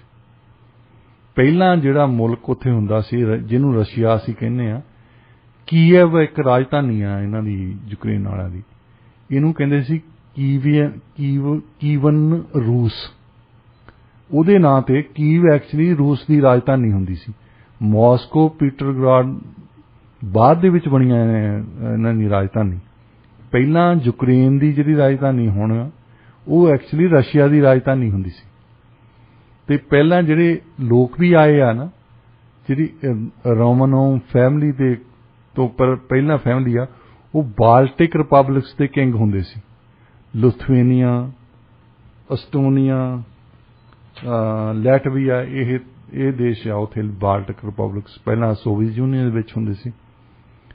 ਤੇ ਇਹ ਵਾਈਕਿੰਗ ਜਿਹੜੇ ਆ ਪਹਿਲਾਂ ਉਹ ਜ਼ਿਆਦਾ ਆਏ ਸੀ ਇੱਥੇ। ਪਹਿਲਾਂ ਉਹਨਾਂ ਨੂੰ ਵਾਈਕਿੰਗ ਕਿਹਾ ਜਾਂਦਾ। ਜੇ ਤੁਸੀਂ ਫੋਟੋ ਦੇਖੀਆਂ ਹੋਣੀਆਂ ਪੁਰਾਣਿਆਂ ਦੀਆਂ, ਜਿਹੜੀਆਂ ਬਾਹੀਆਂ ਆ ਉਹਨਾਂ ਦੀਆਂ ਫੋਟੋ ਤੁਹਾਨੂੰ ਖਿੱਚਦੇ ਨਹੀਂ ਸੀ ਹੁੰਦੇ ਜੀ, ਤੇ ਉਹਨਾਂ ਦੇ ਸਿੰਗਾਂ ਵਾਲੇ ਟੋਪ ਲਏ ਆ। ਵੈਸੇ ਬੰਦਿਆਂ ਦੇ ਸਿੰਗ ਨਹੀਂ ਸੀ ਉਹਨਾਂ ਦੇ, ਉਹਨਾਂ ਨੇ ਟੋਪ ਲਿਆ ਸੀ ਉੱਤੇ ਸਿੰਗ ਲਾਏ ਹੁੰਦੇ ਸੀ।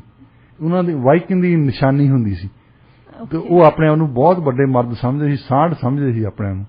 ਤੇ ਇਸੇ ਕਰਕੇ ਉਹ ਸਿੰਗ ਲਾਏ ਸੀ, ਇਸੇ ਕਰਕੇ ਸਿੰਗ ਲਾਏ ਸੀ। ਤਕੜੇ ਆ ਅਸੀਂ, ਸੀਗੇ ਵੀ ਤਕੜੇ। ਅੱਜ ਕੱਲ੍ਹ ਜਿੱਥੇ ਡੈਨਮਾਰਕ, ਸਵੀਡਨ, ਨਾਰਵੇ ਆ ਨਾ, ਇਸ ਜਗ੍ਹਾ ਦੀ ਰਹਿਣ ਵਾਲੇ ਸੀ ਉਹ। ਤੇ ਇਹ ਲੋਕਾਂ ਨੇ ਜਾ ਕੇ ਉਹ ਜਗ੍ਹਾ ਵਸਾਈ। ਔਰ ਜਦੋਂ ਪਹਿਲਾਂ ਧਰਮ ਨਹੀਂ ਸੀ ਹੁੰਦਾ ਰਸ਼ੀਆ ਦੇ ਵਿੱਚ, ਜਿੱਦਾਂ ਅਸੀਂ ਆਰਗੇਨਾਈਜ਼ ਧਰਮ ਕਹਿੰਦੇ ਨਾ ਜੀ, ਸਿੱਖਿਜ਼ਮ ਆਰਗੇਨਾਈਜ਼ ਹੈ, ਅਕਾਲ ਤਖਤ ਨੇ ਫੈਸਲਾ ਕਰ ਦੇਣਾ। ਸਾਡੇ ਹਿੰਦੂਇਜ਼ਮ ਆਰਗੇਨਾਈਜ਼ ਆ, ਸ਼ੰਕਰਾਚਾਰੀਆ ਬੈਠੇ ਆ ਉੱਥੇ, ਇਸਲਾਮ ਆਰਗੇਨਾਈਜ਼ ਆ, ਉਹਨਾਂ ਦੇ ਵੀ ਡਿਸੀਜਨ ਮੇਕਰ ਬੈਠੇ ਆ ਕਿਤੇ ਨਾ ਕਿਤੇ। ਵੈਟੀਕਨ ਦੇ ਵਿੱਚ ਕ੍ਰਿਸਚੀਅਨ ਕੈਥਲਿਕਸ ਬੈਠੇ ਆ, ਗ੍ਰੀਕ ਆਰਥੋਡਾਕਸ ਦੇ ਵਿੱਚ ਬੈਠੇ ਆ। ਇੱਥੇ ਰਸ਼ੀਆ ਦੇ ਵਿੱਚ ਇੱਕ ਐਨੈਕਡੋਟ ਹੈ ਕਿ ਪਹਿਲਾਂ ਤਾਂ ਪੇਗਨ ਹੁੰਦੇ ਸੀ। ਪੇਗਨ ਮਤਲਬ ਕਲਟ ਜਿਹਨੂੰ ਅੱਜ ਕਹਿੰਦੇ ਅਸੀਂ, ਜਿਹੜੇ ਜਿੱਦਾਂ ਪੰਜਾਬ ਦੇ ਵਿੱਚ ਬਾਬੇ ਬੈਠੇ ਆ, ਕਦੇ ਕੋਈ ਕਿਤੇ ਖੜਾਵਾਂ ਵਾਲਾ ਬੈਠਾ, ਕਦੇ ਕੋਈ ਕਿਤੇ ਬੈਠਾ। ਤੇ ਇਹ ਵੀ ਥੋੜ੍ਹੇ ਲੋਕ ਇਹ ਨੇਚਰ ਦੇ ਵਿੱਚ, ਕੁਦਰਤ ਦੇ ਵਿੱਚ ਜੋ ਕੁਛ ਹੁੰਦਾ ਸੀ, ਜਿੱਦਾਂ ਹਨੇਰੀ ਆ ਗਈ, ਹਨੇਰੀ ਵਾਲਾ ਬਾਬਾ ਆ ਗਿਆ, ਤਾਂ ਮੀਂਹ ਵਾਲਾ ਬਾਬਾ ਜੁਦਾ ਸੀ, ਬਿਜਲੀ ਵਾਲਾ ਬਾਬਾ ਜੁਦਾ ਸੀ। ਤਾਂ ਉਹਨੂੰ ਖੁਸ਼ ਕਰਨ ਲਈ ਇਹ ਜਿੱਦਾਂ ਕੱਟਾ ਦਾਨ ਕੀਤਾ ਨਾ ਕੈਪਟਨ ਨੇ, ਜੀ ਜੀ, ਇਹ ਲੋਕ ਕੱਟਾ ਦਾਨ ਨਹੀਂ ਸੀ ਕਰਦੇ, ਕੱਟਾ ਵੱਢ ਦਿੰਦੇ ਸੀ। ਕੱਟਾ ਵੱਢ ਦਿੱਤਾ, ਘੋੜੇ ਵੱਢ ਦਿੱਤੇ, ਗਾਈਆਂ ਵੱਢ ਦਿੱਤੀਆਂ, ਜਾਨਵਰਾਂ ਦੀ ਜਾਨ ਲੈ ਲੈਂਦੇ, ਰੱਬ ਨੂੰ ਖੁਸ਼ ਕਰਨ ਲਈ। ਇਹ ਮਤਲਬ ਇਹ ਇੱਕ ਜ਼ਮਾਨੇ 'ਚ ਗੱਲ ਸਮਝੀ ਜਾਂਦੀ ਸੀ, ਰੱਬ ਖੁਸ਼ ਹੋ ਜਾਂਦਾ। ਪਰ ਕਿਸੇ ਜਾਨਵਰ ਦੀ ਜਾਨ ਤੋਂ ਬਾਅਦ ਰੱਬ ਕਿਵੇਂ ਖੁਸ਼ ਹੋ ਸਕਦਾ? ਉਹ ਤਾਂ ਅਸੀਂ ਹੁਣ ਸੋਚਦੇ ਹਾਂ ਨਾ। ਇਹਨਾਂ ਦਾ ਉਸ ਜ਼ਮਾਨੇ ਦੇ ਵਿੱਚ ਸਾਡੇ ਵੀ ਇਹਦਾ ਹੁੰਦਾ ਸੀ। ਪੰਜਾਬ 'ਚ ਵੀ ਰਿਹਾ, ਹਿੰਦੁਸਤਾਨ 'ਚ ਵੀ ਰਿਹਾ, ਬਲੀ ਦਿੱਤੀ ਜਾਂਦੀ ਸੀ। ਆਪਣੇ ਪਹਿਲਾਂ ਯੂਰਪ ਦੇ ਵਿੱਚ ਇੱਕ ਲੜਕੀ ਦੀ ਬਲੀ ਦੇਂਦੇ ਹੁੰਦੇ ਸੀ। ਇਹ ਵੀ ਰਿਵਾਜ ਚੱਲਦਾ ਰਿਹਾ ਉੱਥੇ। ਇਹ ਪੇਗ ਨਹੀਂ ਕਰਦੇ ਹੁੰਦੇ ਸੀ। ਉਦੋਂ ਇੱਕ ਧਰਮ ਨਹੀਂ ਸੀ, ਕੋਈ ਇੱਕ ਅਥਾਰਟੀ ਹੈ ਨਹੀਂ ਸੀ ਧਰਮ ਦੀ। ਤੇ ਇੱਕ ਰਸ਼ੀਆ ਦਾ ਰਾਜਾ ਜਿਹੜਾ ਬਾਲਟਿਕ ਰਿਪਬਲਿਕ ਤੋਂ ਆਏ ਸੀ, ਉਹਨੇ ਸੋਚਿਆ, ਕਹਿੰਦਾ ਇਹ ਤਾਂ ਲੋਕਾਂ ਨੂੰ ਕੰਟਰੋਲ ਕਰਨਾ ਮੁਸ਼ਕਲ ਹੈ। ਵੈਸੇ ਸਭ ਤੋਂ ਵਧੀਆ ਲੋਕੀ ਕੰਟਰੋਲ ਹੁੰਦੇ ਜੇ ਆਰਗੇਨਾਈਜ਼ ਧਰਮ ਹੋਵੇ। ਮਤਲਬ ਇੱਕ ਬੰਦੇ ਨੂੰ, ਪੋਪ ਨੂੰ ਜਾ ਕੇ ਕਹਿ ਦੇਣਾ, ਉਹਨਾਂ ਨੂੰ ਲੋਕਾਂ ਨੂੰ ਕਹਿ ਵੀ ਸੰਡੇ ਵਾਲੇ ਦਿਨ ਘਰ ਬੈਠਿਆ ਕਰਨ, ਬਾਹਰ ਨਹੀਂ ਜਾਣਾ, ਜਾ ਕੇ ਹੜਤਾਲ ਨਹੀਂ ਕਰਨੀ, ਜਾ ਕੇ ਮੁਜ਼ਾਹਰਾ ਨਹੀਂ ਕਰਨਾ। ਉਹ ਪੋਪ ਨੇ ਕਹਿਤਾ ਤਾਂ ਮੰਨ ਜਾਣੇ ਆ। ਤੇ ਇਦਾਂ ਦੀ ਰਸ਼ੀਆ ਦੇ ਵਿੱਚ ਕੋਈ ਚੀਜ਼ ਨਹੀਂ ਸੀ। ਉਹਨਾਂ ਨੇ ਇੱਕ ਕਮਿਸ਼ਨ ਬਿਠਾ ਲਿਆ, ਜਿੱਥੇ ਵਿਦਵਾਨ ਲੋਕੀ ਸੀ, ਦਰਬਾਰੀ ਸੀ ਉਹਨਾਂ ਨੂੰ ਕਹਿੰਦੇ ਕਿ ਦੁਨੀਆ ਭਰ ਦੇ ਧਰਮ ਜਿਹੜੇ ਆ ਉਹਨਾਂ ਨੂੰ ਸਟੱਡੀ ਕਰੋ ਔਰ ਉਹਨਾਂ 'ਚੋਂ ਦੇਖੋ ਕਿ ਸਾਡੇ ਲਈ ਕਿਹੜਾ ਚੰਗਾ, ਮਤਲਬ ਇਹ ਰਾਜੇ ਲਈ ਕਿਹੜਾ ਚੰਗਾ ਹੈ।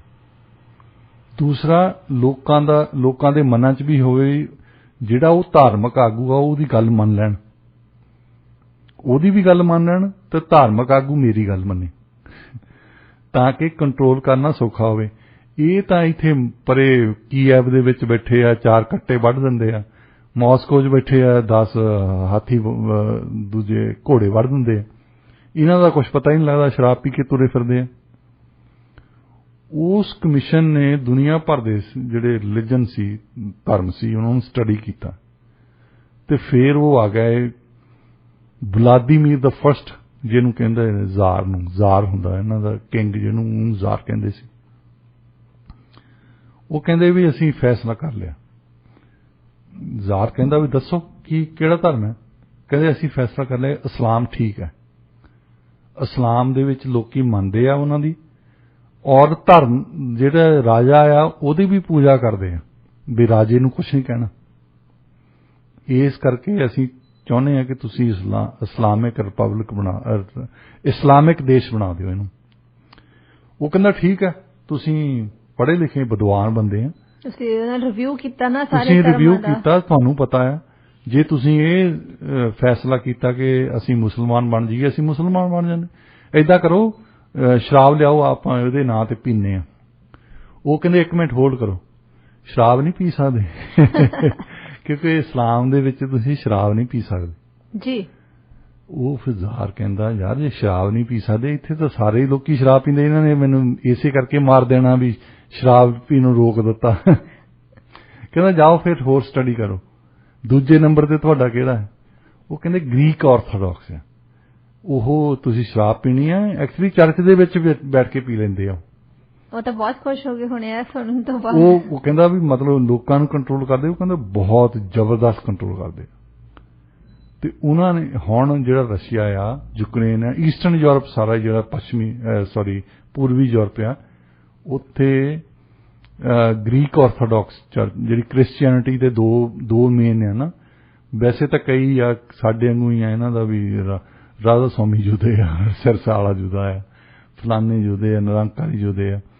ਪਰ ਦੋ ਵੱਡੇ ਜਿਹੜੇ ਗਰੁੱਪ ਆ ਕ੍ਰਿਸਚੀਅਨਿਟੀ ਦੇ ਵਿੱਚ, ਉਹ ਨੇ ਕੈਥੋਲਿਕ ਜਿਹੜੇ ਕਿ ਇਟਲੀ ਦੇ ਵਿੱਚ ਵੈਟੀਕਨ ਦੇ ਵਿੱਚ ਬੈਠੇ ਆ, ਉਹਨਾਂ ਦਾ ਪੋਪ। ਦੂਸਰੇ ਜ਼ਿਆਦਾ ਵੱਡੇ ਨੇ ਗ੍ਰੀਕ ਆਰਥੋਡਾਕਸ, ਤੇ ਇਹਨਾਂ ਦਾ ਈਸਟਰਨ ਯੂਰਪ ਤੇ ਕਾਫੀ ਜਕੜ ਹੈ ਉਹਨਾਂ ਦੀ।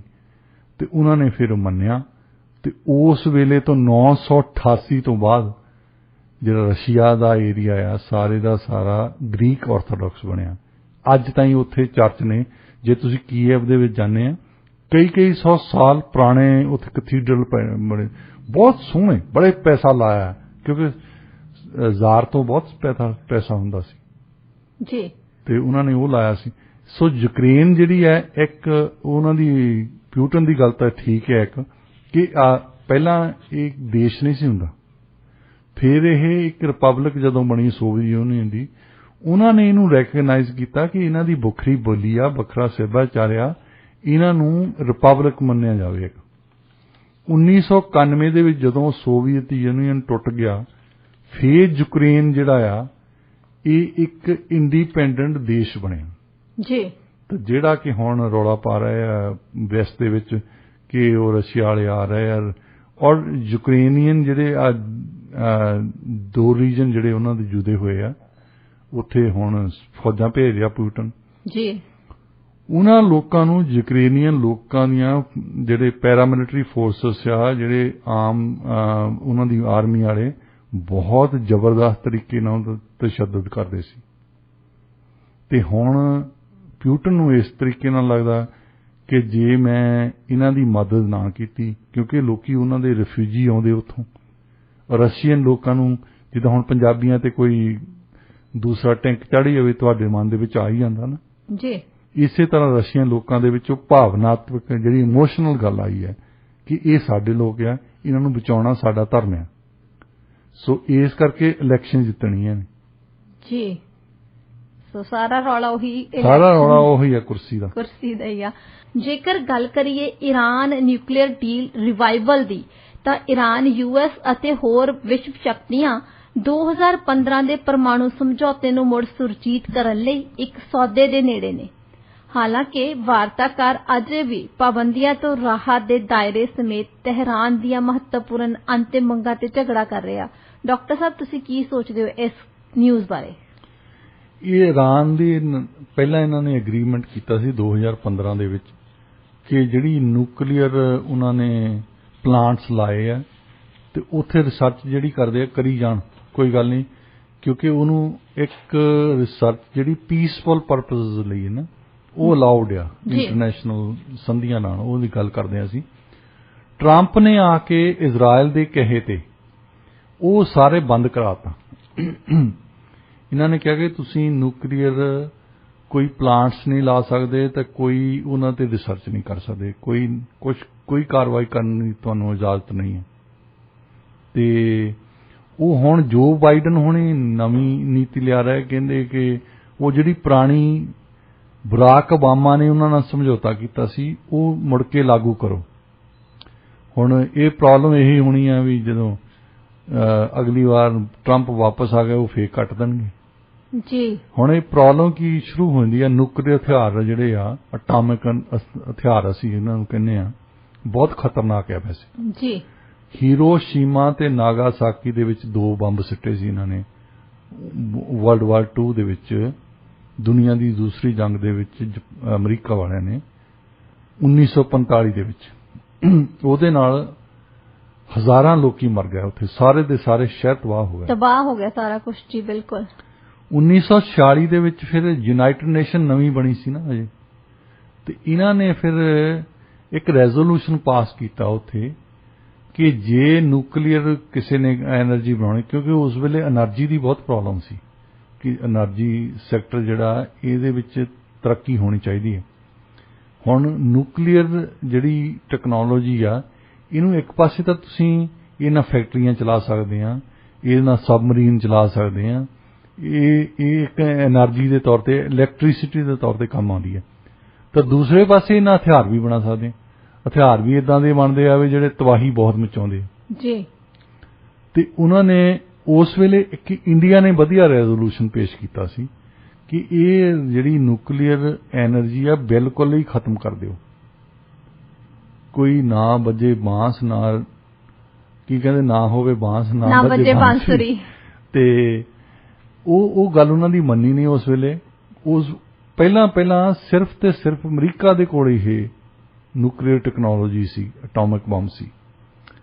ਉਸ ਤੋਂ ਬਾਅਦ ਫਿਰ ਉਹ ਤਾਂ ਗੱਲ ਮਨਜ਼ੂਰ ਹੋ ਗਈ ਕਿ ਇਹਦੀ ਜੇ ਕੋਈ ਵੀ ਦੇਸ਼ ਸਿਰਫ ਤੇ ਸਿਰਫ ਨੂੰ ਪੀਸਫੁਲ ਪਰਪਸ ਲਈ ਵਰਤਣਾ ਚਾਹੁੰਦਾ ਹੈ ਤੇ ਉਹਨੂੰ ਇਜਾਜ਼ਤ ਦਿਓ, ਕੋਈ ਗੱਲ ਨਹੀਂ।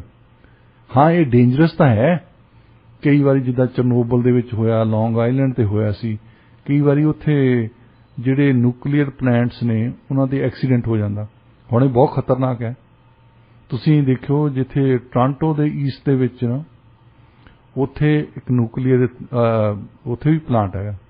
ਆਲੇ ਦੁਆਲੇ ਦੇ ਲੋਕਾਂ ਦੇ ਵਿੱਚ ਕੈਂਸਰ ਜ਼ਿਆਦਾ ਹੈ, ਆਲੇ ਦੁਆਲੇ ਦੇ ਲੋਕਾਂ ਦੇ ਵਿੱਚ ਬੱਚੇ ਘੱਟ ਹੁੰਦੇ ਆ।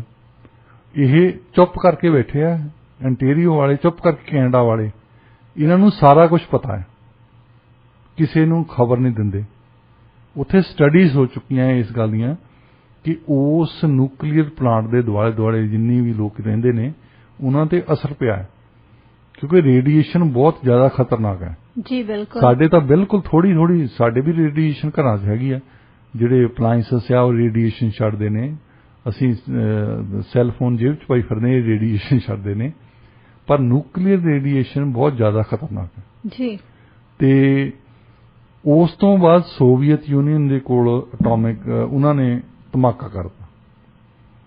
ਅੱਛਾ, ਫਿਰ ਇਹਨਾਂ ਨੂੰ ਫਿਕਰ ਪੈ ਗਿਆ ਵੈਸਟ ਵਾਲਿਆਂ ਨੂੰ ਕਿ ਇਹ ਤਾਂ ਸੋਵੀਅਤ ਯੂਨੀਅਨ ਦੇ ਕੋਲ ਵੀ ਹਥਿਆਰ ਆ ਗਿਆ। ਅੱਛਾ, ਫਿਰ ਉਹਨਾਂ ਨੇ ਪਹਿਲੀ ਰਿਸਰਚ ਪਹਿਲਾਂ ਹੀ ਗੱਲ ਤਾਂ ਹੈਗੀ ਹੈ, ਤੁਸੀਂ ਬੰਬ ਬਣਾ ਲਿਆ, ਫਿਰ ਇਹਨੂੰ ਡਿਲੀਵਰੀ ਕਿੱਦਾਂ ਕਰਨੀ ਹੈ, ਕਿਉਂਕਿ ਪੁਰਾਣੀ ਗੱਲ ਹੁੰਦੀ ਸੀ ਜਹਾਜ਼ ਰਾਹੀਂ ਲੈ ਕੇ ਜਾਂਦੇ ਹੁੰਦੇ ਸੀ, ਹੁਣ ਤਾਂ ਮਿਸਲਾਂ ਬਣ ਗਈਆਂ ਜੀ।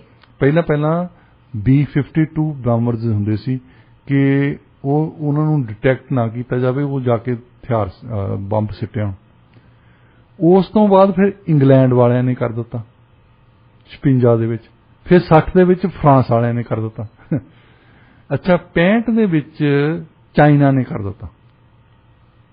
ਜਦੋਂ ਚਾਈਨਾ ਨੇ ਕੀਤਾ ਫਿਰ ਬਹੁਤ ਖਤਰਨਾਕ ਇੱਥੇ ਘੰਟੀ ਵੱਜ ਗਈ ਕਿ ਇਹ ਬੜੀ ਮਾੜੀ ਗੱਲ ਹੋਈ, ਕਿਉਂਕਿ ਯੂਰਪੀਅਨ ਮੁਲਕ ਆ, ਚਲੋ ਸੋਵੀਅਤ ਯੂਨੀਅਨ ਵੀ ਫੇਰ ਵੀ ਗੋਰੇ ਆ, ਇਹ ਨਸਲਵਾਦ, ਸ਼ਰੇਆਮ ਨਸਲਵਾਦ ਹੈ ਇੱਥੇ ਜੀ। ਬਿਲਕੁਲ ਗੋਰਿਆਂ ਦੇ ਕੋਲ ਠੀਕ ਸੀ, ਇੰਗਲੈਂਡ ਵਾਲਿਆਂ ਦੇ ਕੋਲ ਠੀਕ ਸੀ, ਫਰਾਂਸ ਵਾਲਿਆਂ ਦੇ ਕੋਲ ਠੀਕ ਸੀ, ਸੋਵੀਅਤ ਯੂਨੀਅਨ ਵਾਲਿਆਂ ਦੇ ਕੋਲ ਵੀ ਠੀਕ ਸੀ।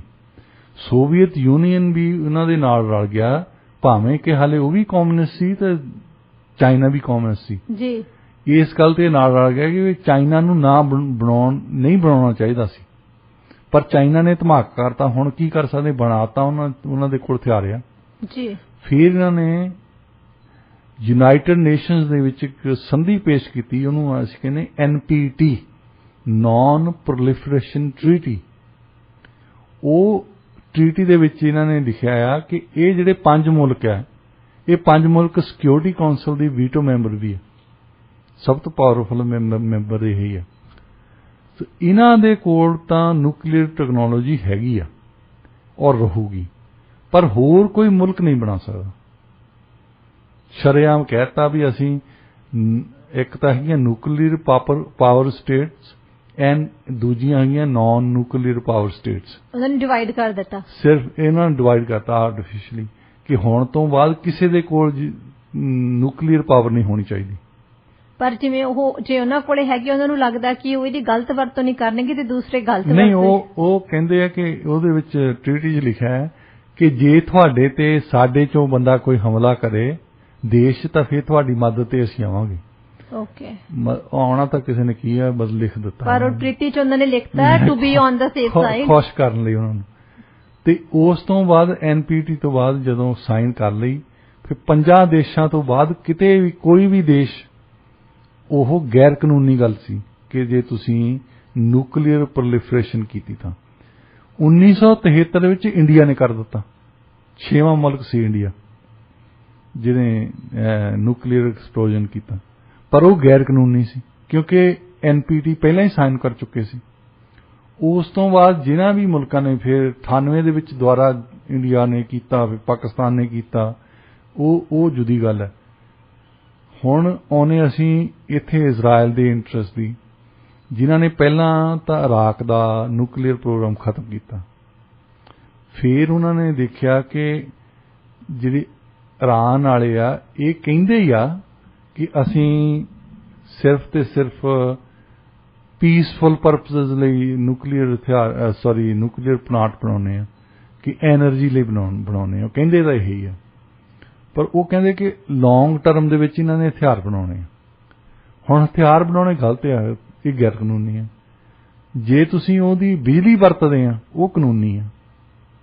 ਸੋ 2015 ਦਾ ਜਿਹੜਾ ਇਹਨਾਂ ਨੇ ਟ੍ਰੀਟੀ ਕੀਤੀ ਸੀ ਇਰਾਨ ਦੇ ਨਾਲ, ਬਰਾਕ ਓਬਾਮਾ ਨੇ, ਇਹਨਾਂ ਨੇ ਅਲਾਉਡ ਕੀਤਾ ਸੀ ਉਹਨਾਂ ਨੂੰ ਕਿ ਤੁਸੀਂ ਨਿਊਕਲੀਅਰ ਟੈਕਨੋਲੋਜੀ ਲਾ ਸਕਦੇ ਆ, ਪਰ ਜੇ ਪੀਸਫੁਲ ਪਰਪਸ ਲਈ, ਯਾਨੀ ਕਿ ਮਤਲਬ ਇਹਦੇ ਬਿਜਲੀ ਕੱਢਣ ਲਈ ਲਾ ਸਕਦੇ ਆ ਜੀ। ਪਰ ਜੇ ਅਸੀਂ ਦੇਖ ਲਿਆ ਕਿ ਤੁਸੀਂ ਹਥਿਆਰ ਬਣਾਉਣ ਲੱਗੇ ਆ, ਹਥਿਆਰ ਬਣਾਉਣ ਲਈ ਤੁਹਾਨੂੰ ਰਿਸਰਚ ਕਰਨ ਦੀ ਲੋੜ ਹੈ, ਤੁਹਾਨੂੰ ਯੂਰੇਨੀਅਮ ਐਨਰਿਚਡ ਯੂਰੇਨੀਅਮ ਜਿਹਨੂੰ ਕਹਿੰਦੇ ਆ ਉਹ ਬਣਾਉਣ ਦੀ ਲੋੜ ਹੈ, ਤੇ ਉਦੋਂ ਫਿਰ ਅਸੀਂ ਐਕਸ਼ਨ ਲਵਾਂਗੇ। ਉਹ ਇਰਾਨ ਦੀ ਸਰਕਾਰ ਨੇ ਵੀ ਇਹਨਾਂ ਨੂੰ ਇਹ ਕਿਹਾ ਕਿ ਬਿਲਕੁਲ ਗੱਲ ਤੁਹਾਡੀ ਠੀਕ ਹੈ, ਅਸੀਂ ਸਿਰਫ ਤੇ ਸਿਰਫ ਇਹਨੂੰ ਇੱਕ ਪੀਸਫੁਲ ਪਰਪਸ ਲਈ, ਇੱਕ ਇਲੈਕਟ੍ਰਿਸਿਟੀ ਦੇ ਤੌਰ ਤੇ ਵਰਤਣ ਲੱਗੇ ਆ, ਚੰਗੇ ਕੰਮ ਲਈ। ਤੇ ਉਸ ਵੇਲੇ ਡੋਨਲਡ ਟਰੰਪ ਨੇ ਇਜ਼ਰਾਈਲ ਦੀ ਗੱਲ ਸੁਣ ਕੇ ਤੇ ਉਹਨਾਂ ਨੇ ਜਿਹੜੀ ਬਰਾਕ ਓਬਾਮਾ ਨੇ ਟ੍ਰੀਟੀ ਕੀਤੀ ਸੀ ਉਹ ਰੱਦ ਕਰ ਦਿੱਤੀ ਸੀ। ਕਹਿੰਦੇ ਕਿ ਅਸੀਂ ਨਹੀਂ ਉਸ ਟ੍ਰੀਟੀ ਦੇ ਹਿੱਸੇਦਾਰ। ਪ੍ਰੈਜ਼ੀਡੈਂਟ ਇਹ ਕਰ ਸਕਦੇ ਸੀ। ਜੀ ਜੀ ਬਿਲਕੁਲ। ਪਰ ਹੁਣ ਜੋ ਬਾਈਡਨ ਨੇ ਮੁੜ ਕੇ ਆ ਕੇ ਇਹ ਕਿਹਾ ਕਿ ਜਿੰਨਾ ਚਿਰ ਇਰਾਨ ਵਾਲੇ ਇਹ ਗੱਲ ਤੇ ਕਾਇਮ ਹੈ ਕਿ ਅਸੀਂ ਨਿਊਕਲੀਅਰ ਹਥਿਆਰ ਨਹੀਂ ਬਣਾਉਂਦੇ, ਪਰ ਨਿਊਕਲੀਅਰ ਟੈਕਨੋਲੋਜੀ ਰੱਖਾਂਗੇ ਪੀਸਫੁਲ ਪਰਪਸ ਲਈ, ਜੀ, ਸ਼ਾਂਤੀ ਲਈ। ਸ਼ਾਂਤੀ ਇਹ ਹੈ ਵੀ ਅਸੀਂ ਬਿਜਲੀ ਪੈਦਾ ਕਰਦੇ ਹਾਂ ਇੱਥੋਂ। ਤੇ ਹੁਣ ਕਿੱਥੇ ਕੁ ਤਾਈਂ ਜਾਂਦੀ ਹੈ ਉਹ ਗੱਲਬਾਤ, ਕਿੱਥੇ ਕੁ ਤਾਈਂ ਨਹੀਂ ਜਾਂਦੀ, ਇਹ ਦੇਖਣਾ ਪਊਗਾ। ਕਿਉਂਕਿ ਉਹਨਾਂ ਤੇ ਜਿਹੜੇ ਸੈਂਕਸ਼ਨ ਲਾਏ ਸੀ ਉਹ ਬਹੁਤ ਜ਼ਬਰਦਸਤ ਸੀ ਕਿ ਉਹਨਾਂ ਦਾ ਆਇਲ ਨਹੀਂ ਲੈਣਾ, ਉਹਨਾਂ ਦੇ ਜਿਹੜੀ ਟੈਕਨੋਲੋਜੀ ਚਾਹੀਦੀ ਉਹਨਾਂ ਨੂੰ, ਚਾਹੇ ਉਹ ਕਾਰਾਂ ਬਣਾਉਣ ਦੀ ਹੋਵੇ, ਚਾਹੇ ਕਿਸੇ ਤਰ੍ਹਾਂ ਦੀ ਮਸ਼ੀਨਰੀ ਦੀ ਟੈਕਨੋਲੋਜੀ ਲੈਂਦੇ ਸੀ, ਯੂਰਪ ਤੋਂ ਲੈਂਦੇ ਸੀ ਜਾਂ ਹੋਰਨਾਂ ਮੁਲਕਾਂ ਤੋਂ, ਉਹ ਬਿਲਕੁਲ ਬੰਦ ਕਰ ਦਿੱਤੀ ਉਹਨੇ। ਤਾਂ ਉਹਦਾ ਅਸਰ ਬਹੁਤ ਜ਼ਿਆਦਾ ਪੈਂਦਾ ਹੈ ਇੰਨੇ ਸੈਂਕਸ਼ਨ ਦਾ।